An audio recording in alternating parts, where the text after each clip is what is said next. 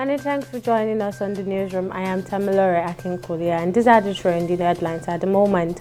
President Bola Tinubu has met with the service chiefs at the State House in Abuja. At the sessional chief of the First Staff, General Loki Rabo, Chief of Army Staff, Lieutenant General Farouk Yahya, the Inspector General of Police, Usman Alkali Baba, amongst others. Thursday's meeting is the President's first official engagement with the security helmsman since assuming office on Monday.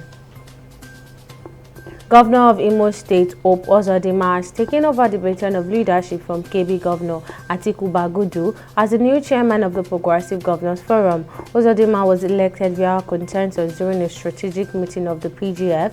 Addressing the gathering, the Imo State Governor expressed delight at his new position and promised not to disappoint his colleagues and the leadership of the party.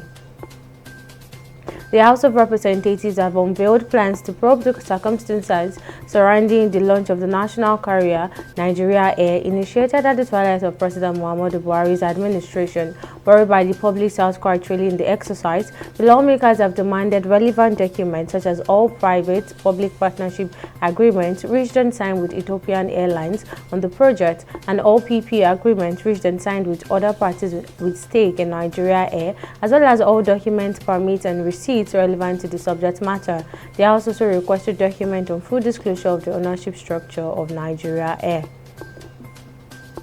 Public health advocacy groups are sounding the alarm over a provision in the debt ceiling deal to claw back about $27 billion in unspent pandemic relief money. Again, it could have consequences for future public health initiatives. According to the White House, some of the unspent money will now be used to help shore up non-defense spending. And President of the World Bank Group, David Malpass, has warned that Nigeria's parallel exchange rate is harmful as it worsens future debt service payments and increases the risk of debt distress. He also warned that parallel exchange rate markets will adversely affect the impact of the bank's project while leading to more foreign debt.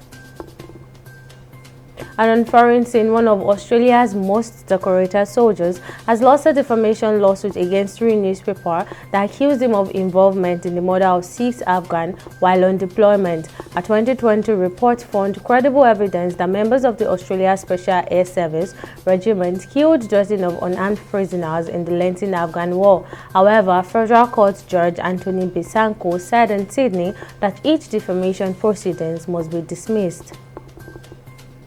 And in sports, Nigeria forward Anthony Uja has signed a new one-year contract with German Bundesliga 2 club Eintracht Braunschweig.